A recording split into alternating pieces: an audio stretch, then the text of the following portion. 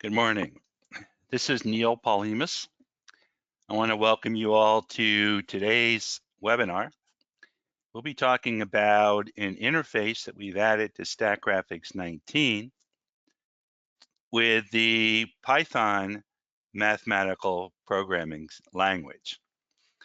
The Python interface is similar to an interface that we put in to R a couple versions back. Python seems to have been gaining a lot in popularity among scientists and also among statisticians.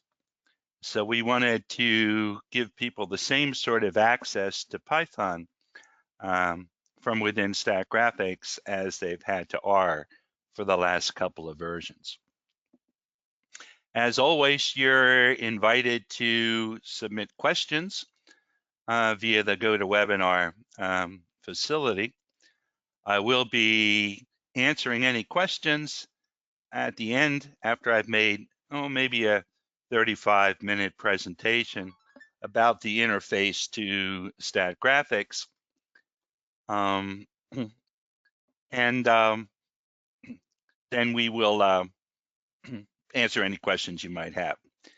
Now, this is going to be the last webinar for our fall series. I'll give everyone a chance to enjoy the holidays after this, and then we'll start back up with webinars again in January. There are still more things I'd like to talk about, and I've been trying to do a webinar about once every 2 weeks or so, but we will stop so everyone can enjoy their holiday. Now, the features that I'll be talking about today of the Statgraphics-Python interface are, as I said, similar to what we put in with R. I think that was back in version 17. The first feature is the ability to exchange data easily between Statgraphics and Python. We've tried to make it easy, and I'll show you how to do it, as easy as possible to take data that's sitting in the Statgraphics data sheet and transfer it to Python so you can work on it there if you want to do some of your own development or access some of their libraries. At the same time, we've made it possible to take data that you have in Python and move it back into the Statgraphics data sheet. Again, I'll be illustrating both the import and export of data as I go through today's webinar. The second feature is the ability to take a Python script, that is a set of commands, Python commands, store them in a Statgraphics Statfolio, and have them run automatically by Python. Rather than having to go into the Python window and type in each command, you can take a whole set of commands that you've developed in Statgraphics and have Python run them. Again, I'll illustrate how to do that in a few minutes. The third feature of our interface is the ability to take output that Python generates and bring it into Statgraphics so you can work on it. It really needs to be a two-way street to take things from Statgraphics to Python and from Python back into Statgraphics. And again, we've tried to make that as simple as possible. The last thing I'll talk about, and not the least important, is actually the ability to access Python libraries from within Statgraphics procedures. Okay. You may have known that we've done a lot of development recently in the area of machine learning. And Python in particular has a lot of good facilities for running machine learning algorithms. And the first one we did, you've seen it if you've run Statgraphics 19, is to run the Scikit-Learn k-means clustering procedure, where you take data and divide it into groups according to the value of multiple variables. The Scikit-Learn library in Python has lots and lots of options, including the ability in the k-means clustering procedure to automatically determine the seeds for the clusters. And it adds a nice facility. To the user, it looks like it's a Statgraphics procedure, but what we're actually doing is writing a Python script, sending the data and the script to Python, having Python do its thing, and then grabbing the results and displaying it back within our Statgraphics window. You'll also see when I get into Statgraphics that we're in the process of adding a second procedure called support vector machines, which is a procedure that can be used for either classification or regression. And that's also in the Scikit-Learn library in Python. Okay, now I want to put away my PowerPoint slides now and actually go over to Statgraphics and show you where this interface is. Here you have the Statgraphics 19 menu.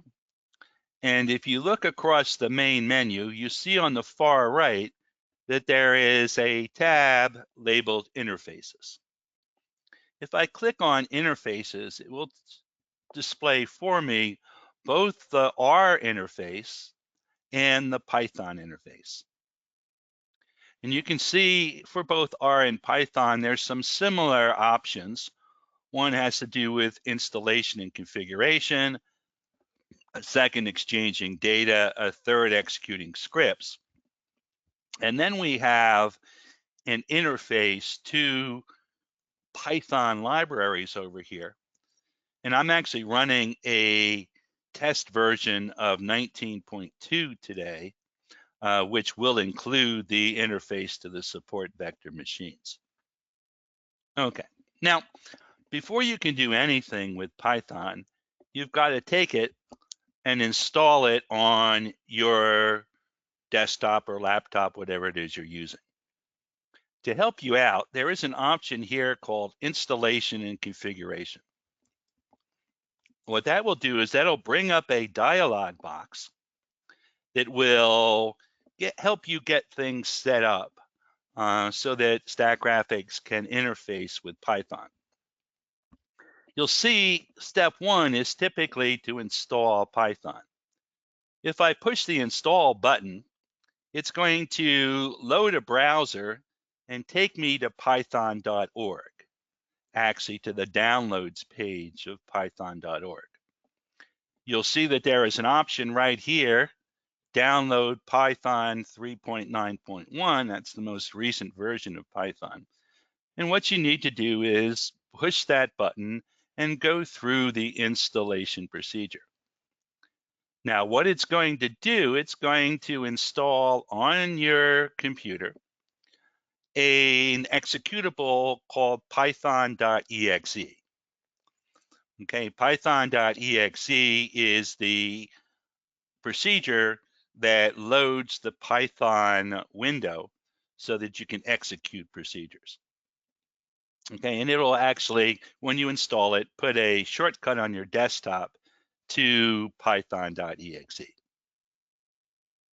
Okay, now, the second thing you'll need to do, let's go back to Statgraphics for a minute, is type in this particular field right here, the path to wherever you installed Python. I happen to install it on C:/Python/Python/Python/exe. And to make sure that you've got it installed properly, you can press the test button. Now, what the test button did here is it loaded the Python console so that I can go ahead and type in various Python commands. Now, one thing I like about Python is that it's very similar to APL. APL was the language that the very early versions of Statgraphics was written in.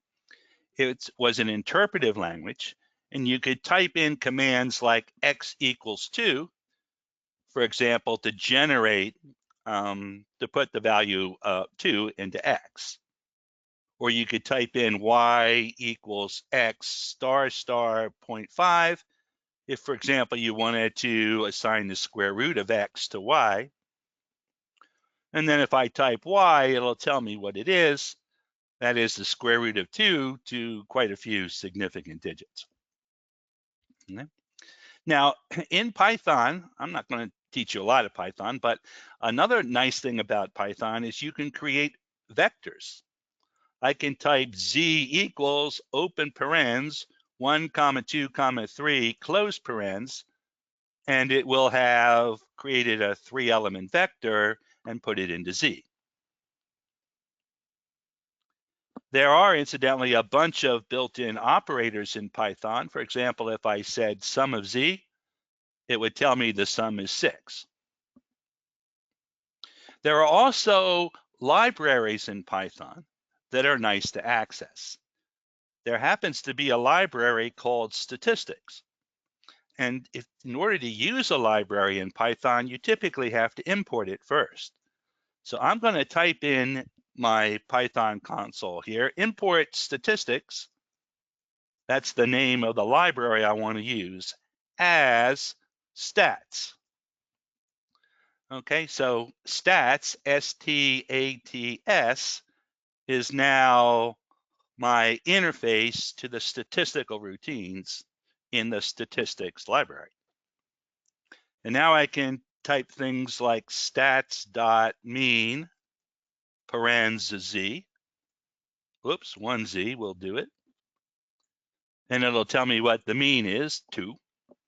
Or I could type stats.stdev parens z and get the standard deviation, which happens to be 1. Now, obviously, you can do all that in Statgraphics. You don't have to go to Python to do it.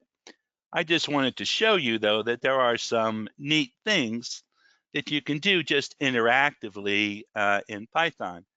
It reminds me, at least, a lot of APL. Okay, well, I don't want to teach you a lot of Python today, so I'll just put that away.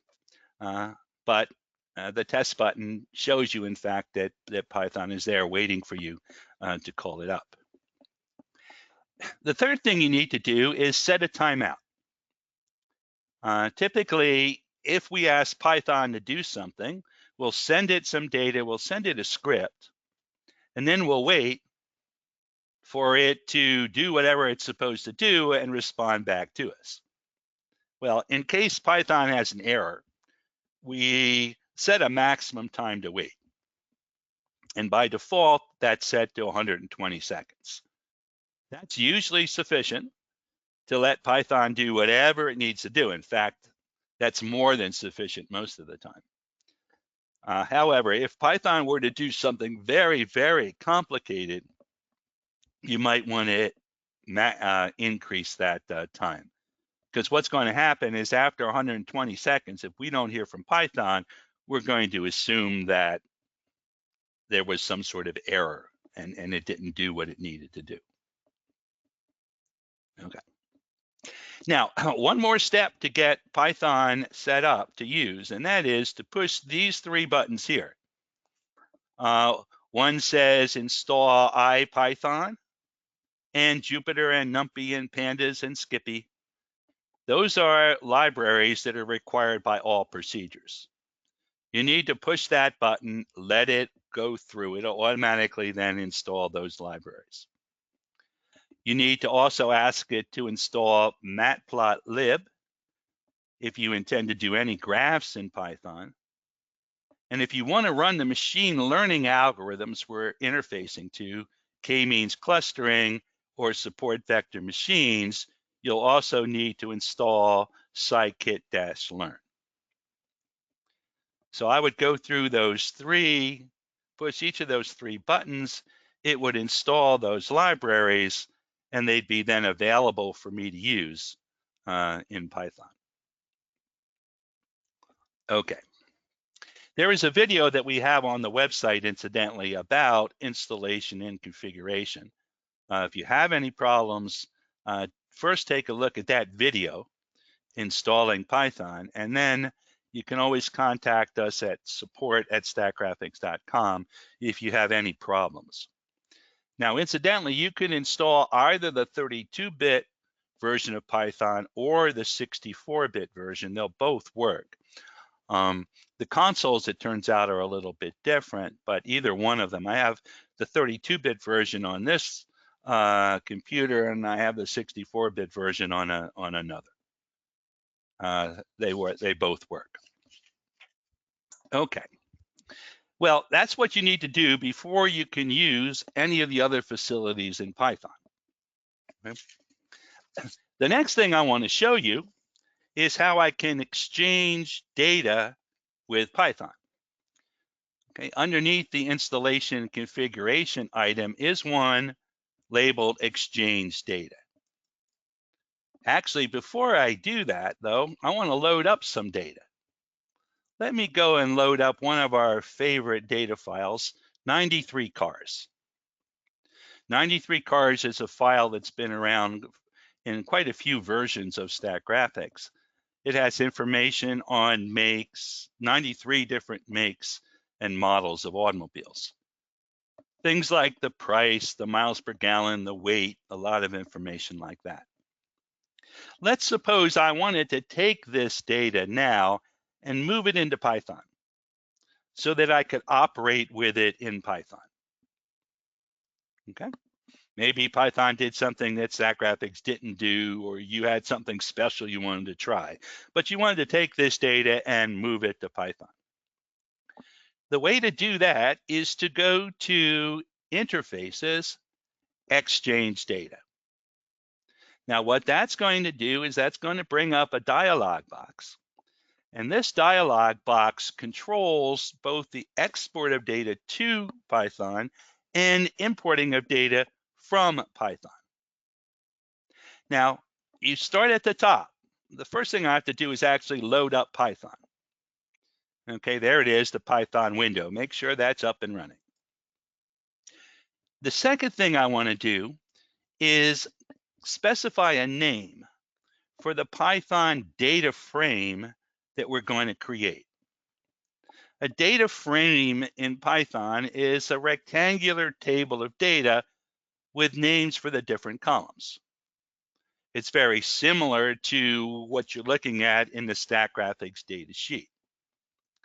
So I'm going to tell it that I want to create a data frame in Python called data so that I can use this information. The second thing I have is another option over here. It says save strings as categorical variables. If you don't check that, then when it moves columns like make and model, they're going to be moved as just text.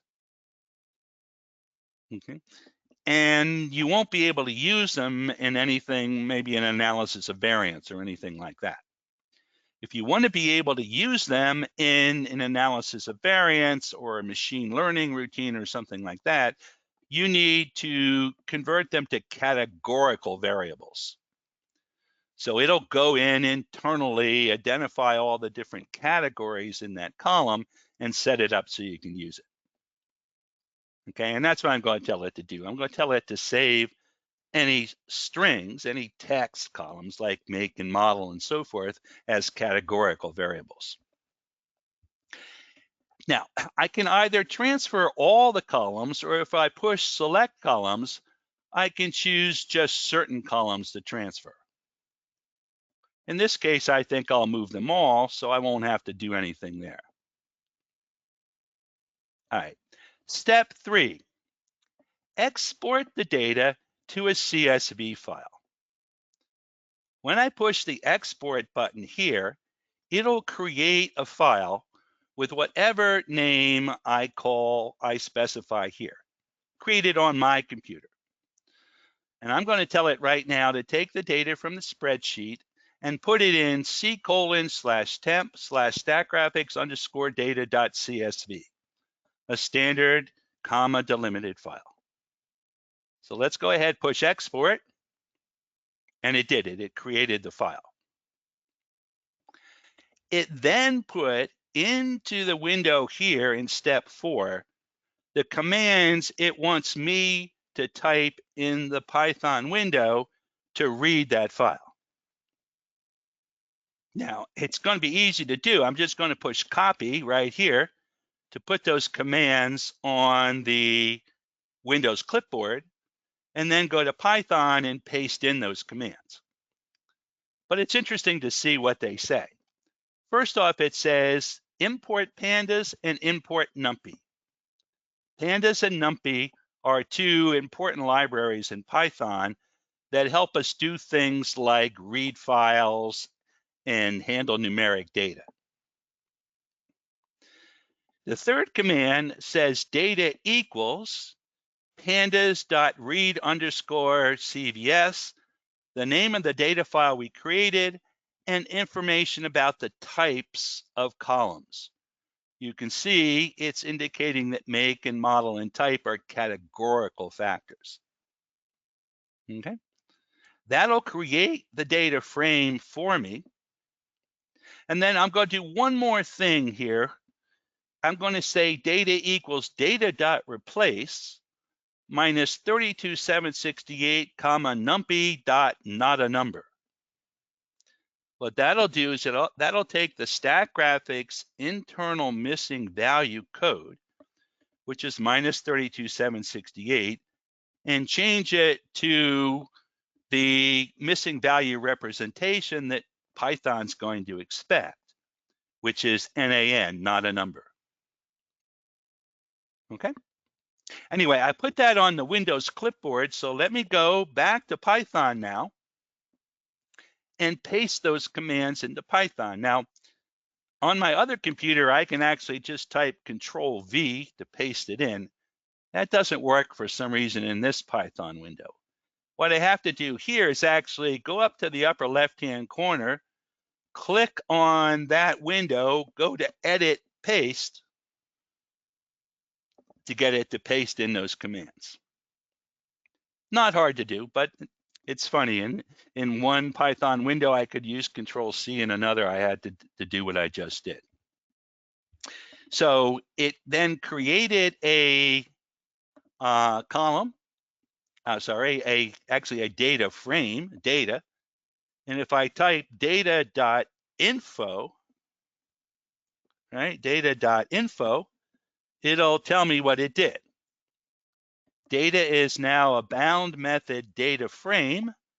It has 193 rows and 26 columns. And then, I can do some statistics. I can say, for example, import statistics, have to spell it right, as stats. And then I can say things like stats.mean, open parentheses, data.weight. Okay, weight's the name of a column in the data frame, and that says take the mean of data.weight. You refer to a column of a data frame using a dot. And there you go. There's the mean. Okay, so I've moved the data into Python so it can do anything it wants to. Okay, well, that's one direction. Now let's talk a little bit about taking data from Python and moving it back to Statgraphics. Okay, if I go back to this particular dialog box, that's our Exchange Data dialog box, you'll see down near the bottom a section for importing data from Python. That means taking data from Python and putting it in the Statgraphics data sheet. Now, there's a couple things that I need to do. First off, I need to tell it what data frame in Python I want to import. Now, I haven't created anything yet, but in just a second, I'm going to create a data frame called results. And I'm going to pull that data from Python into Statgraphics. Well, let's go ahead and do that. Let's go back to Python and let's create a data frame. And there's some interesting data actually in the Scikit-Learn library about housing prices in Boston. So I'm going to type a couple things now. I'm going to type from sklearn.datasets. Those are the data sets in the Scikit-Learn library. Import a function called load_Boston. That's a function that will load the Boston data. Okay. And then I'm going to say data equals, and I'll execute that function, load_Boston.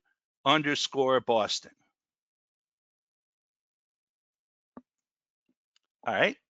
That actually loaded the Boston housing prices and put it into data. Now, if I type the name data, you'll see that that's a fairly complicated object. It's got data in it, there's the data, but it's also got column names and comments and all sorts of stuff in it. That's not a data frame yet. That's just an object with all the information about the Boston data.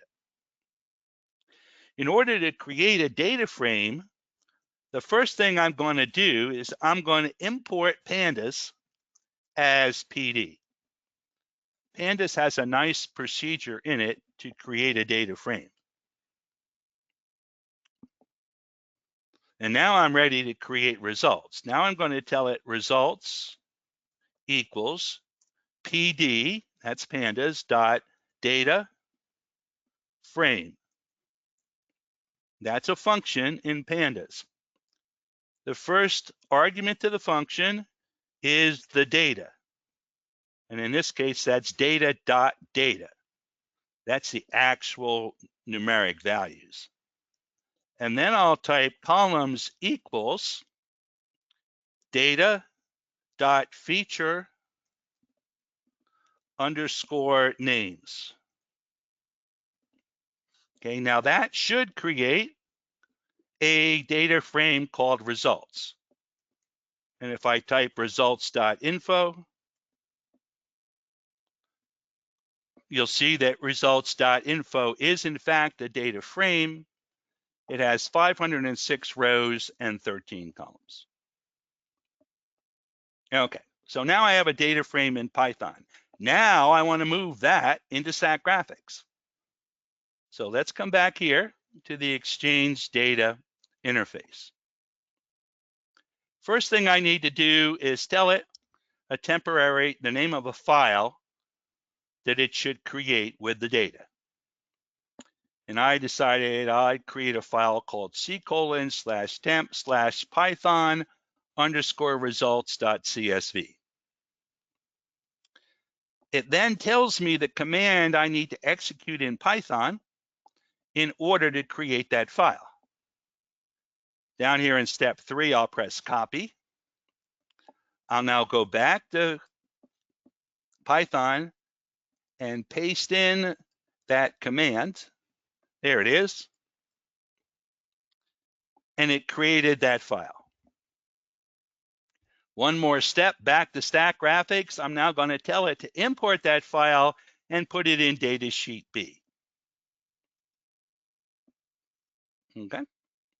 And getting out of here, you'll see that the Boston data has been loaded into sheet B of the Statgraphics data book.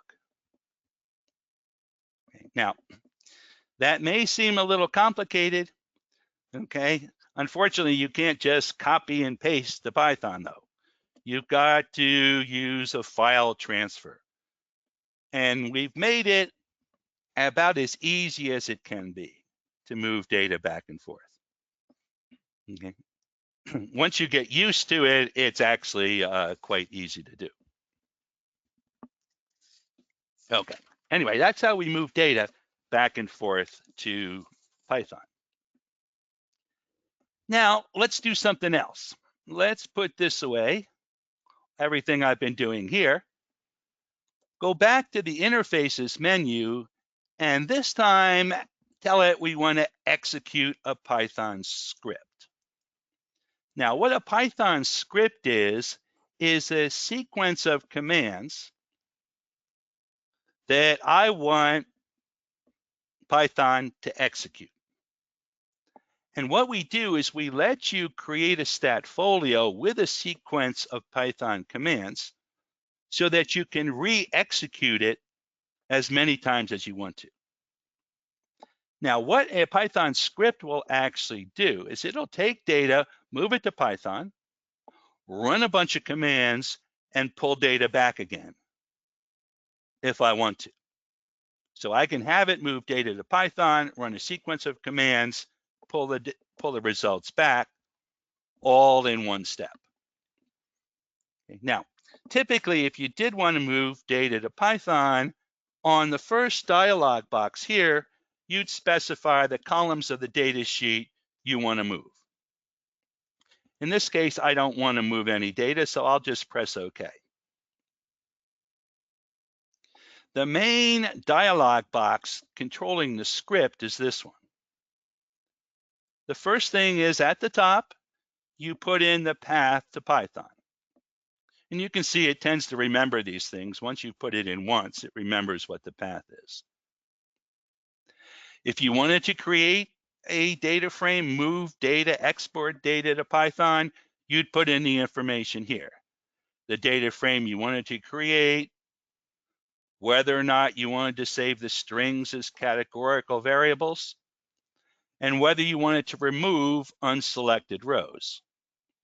There's a select field on the previous dialog box, and you can tell it just get rid of any rows I haven't selected or move them all.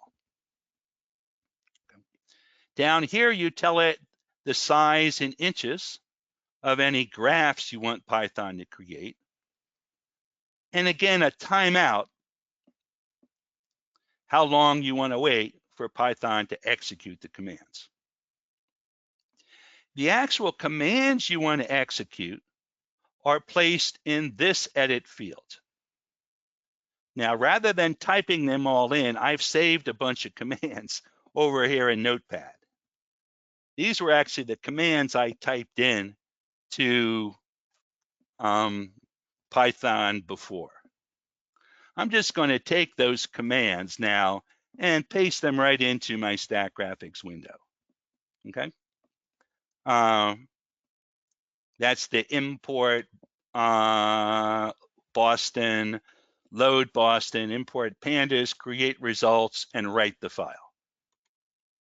You can see these commands will go ahead and write the results to a file called c:/data/python results.csv. I now will go down to the bottom where it says import data and type in that file c:/data/python, make sure I spell it right, _results.csv. Right, so I'm going to tell it, take the data, read it into Python _results.csv and put it into datasheet B. I'll then press OK. It'll ask what tables I want. I'll ask for everything, and it will go ahead and execute that sequence of Python commands. And if I go back to the data book and look at sheet B, you'll see that it's executed the commands and read the data back into Statgraphics. Now, the nice thing about being able to execute scripts is you can save this. Save this as a statfolio, and the next time you want to import the Boston data, you just load that statfolio, run the script, and it will read the Boston housing data again. Now, it can get a lot more complicated than that, obviously, but you get the idea, right?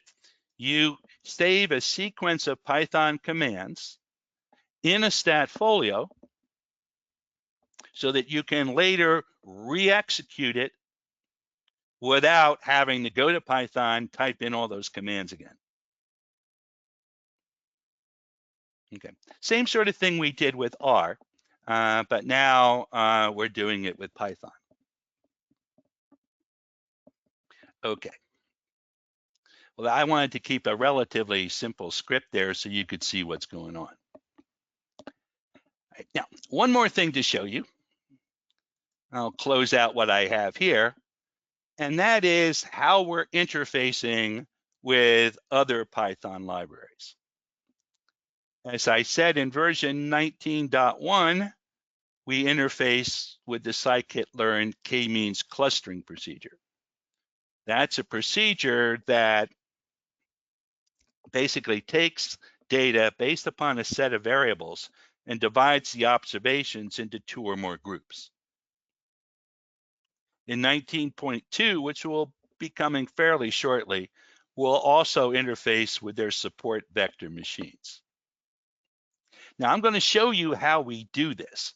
Basically, what we do is we run a standard Statgraphics procedure. But under the covers, we write a Python script. Some of the scripts can get pretty complicated because, for example, in k-means clustering, there's lots and lots of different options. Rather than you're having to remember what all the options are, though, we'll open up a dialog box for you. Here, I'll give you an example. Let me go in and open up a fairly simple file. It's called cities.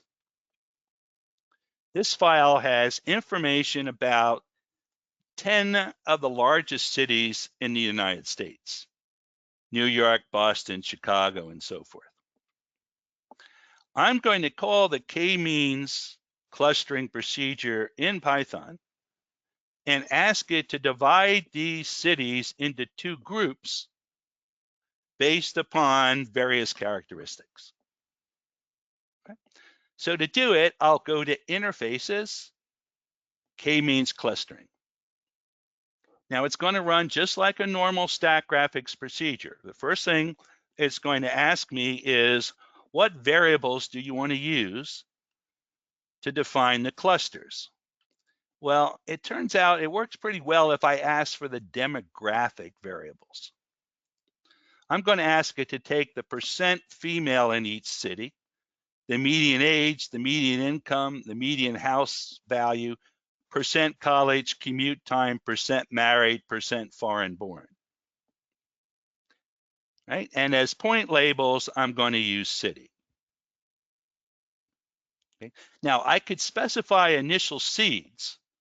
I'm going to have it do two clusters, and I could pick particular cities to seed each cluster to start it off, but I don't have to. One nice thing about the Scikit-Learn clustering procedure is when I go to analysis options, you'll see that it will do a smart selection of initial seeds for me. Now, these are all the options, or at least most of the options, of the Scikit-Learn k-means clustering procedure. The important option, well, one very important, is at the top, the number of clusters I want to create. I'm going to ask it to create two clusters, divide the cities. Obviously, there aren't many cities. Just divide them into two groups. I'm also going to ask it to standardize the variables. That is, before it measures Euclidean distances or things like that, take each of the variables, subtract the mean, and divide by the standard deviation. I normally like to do that. Another important option, if you have missing values in your file, I don't, but if you did, what you'd like to do with rows that have missing values. You could tell it to throw out those rows completely. Don't put them into the cluster, okay? Which is fine. But some more interesting things might be assign incomplete cases to nearest cluster centroid, or replace missing values with column means. There are a lot of different options for how you want to handle missing data. Okay, these are all options.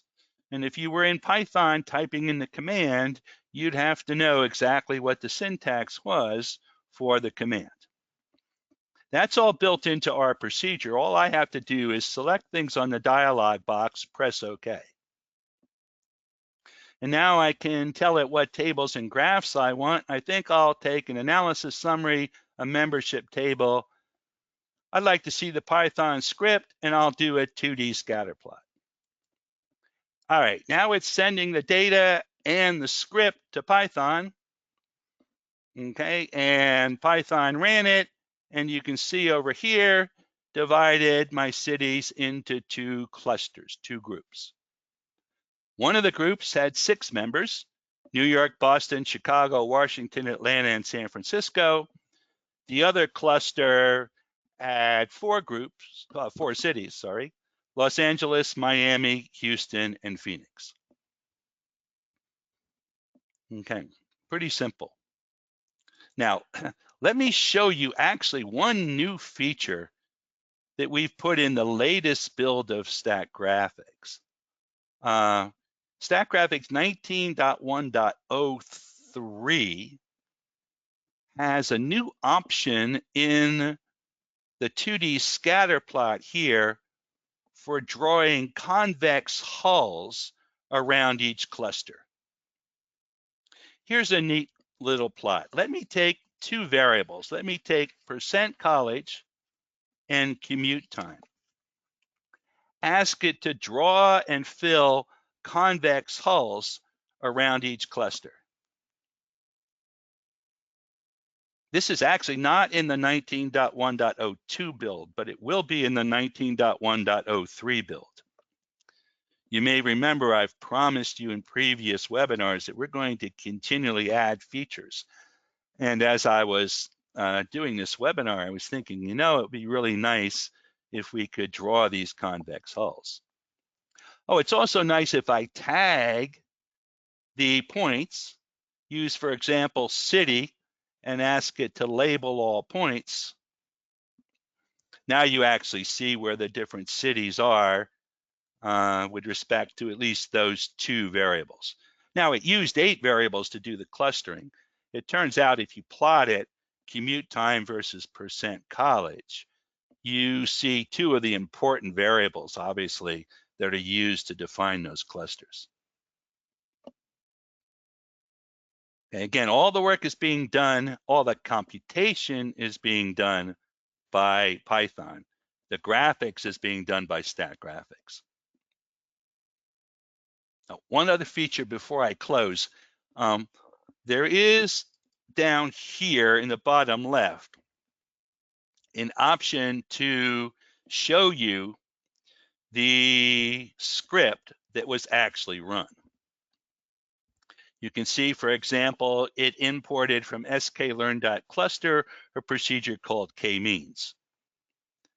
Here is the command that created it with all the options from the dialog box. And here it is generating output and sending it back to Statgraphics. One other new feature for 19.1.03 is the ability to do this. I can push the right mouse button, go to pane options. It gives me the ability to take this script, rerun it, and stay in Python. For example, I'm going to say now launch, which will open up the Python window, and then I'll go edit and paste in the script. What it just did is it took the script that Statgraphics ran to do the clustering, pasted it into Python, had Python rerun the script, but then stayed in Python. The important thing of that, well, we did it initially for development purposes so we could do testing. You know, we wanted to see the script we'd run and then try some other things. But it turns out to be actually very useful for users because now you have an object, for example, called kmeans that's been generated by this command way up here. Okay, and if you wanted to dig in some more to k-means, you could do other types of operations. Okay, so that's the latest thing we put into the Python interface. All right, that's what I wanted to show you today. If I can go back to PowerPoint for just a moment, let me remind you. Well, that didn't take me to the page I wanted, but let me just go down to the end here. Okay, it's Shift F5, right? There we go. The notes here, the PowerPoint notes that I've written, and also the recorded webinar, will be posted for you at www.statgraphics.com/webinars sometime before the end of the day. Okay, if you want to see the exact commands, for example, I typed into Python, they're in the notes. So download the notes and you can see exactly what I typed. Okay, you can also re-watch the webinar, or if you think it was useful, push it on to somebody else. Okay, I wanted to also emphasize that we are in development of version 19.2, and that may be released before I get to talk to you again. There will be 4 new procedures in 19.2 that you should be looking for. I mentioned already that we put in an interface to the support vector machines algorithm in Python. Those are machine learning algorithms for classification and regression. We've also put an interface to a procedure in R to fit non-normal mixture distributions.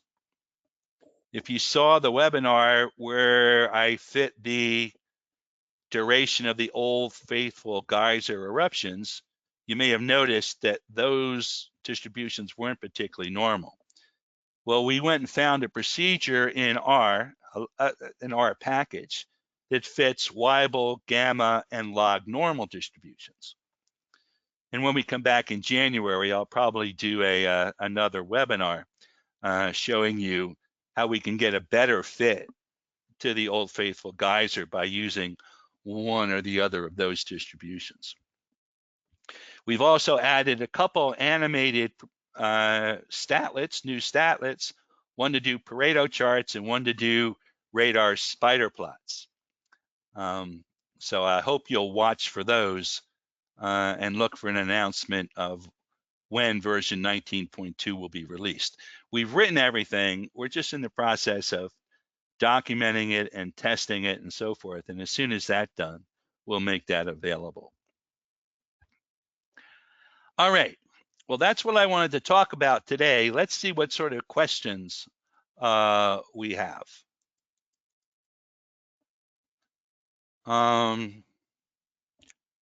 I don't seem to be getting any questions. I'll give you another minute or two if you have a question you'd like to submit. Again, you can always send questions either to support@statgraphics.com or Neil, N-E-I-L, @statgraphics.com if questions come up after the webinar is over.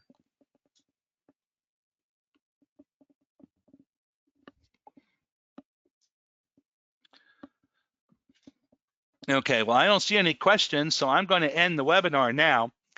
Again, this will be the last webinar of the year. We're going to start up again in early January, and I'm sure you'll get a notice of that.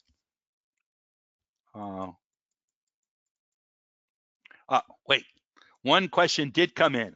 Okay, before we end, what advantage does this procedure have over the corresponding option of Statgraphics cluster analysis?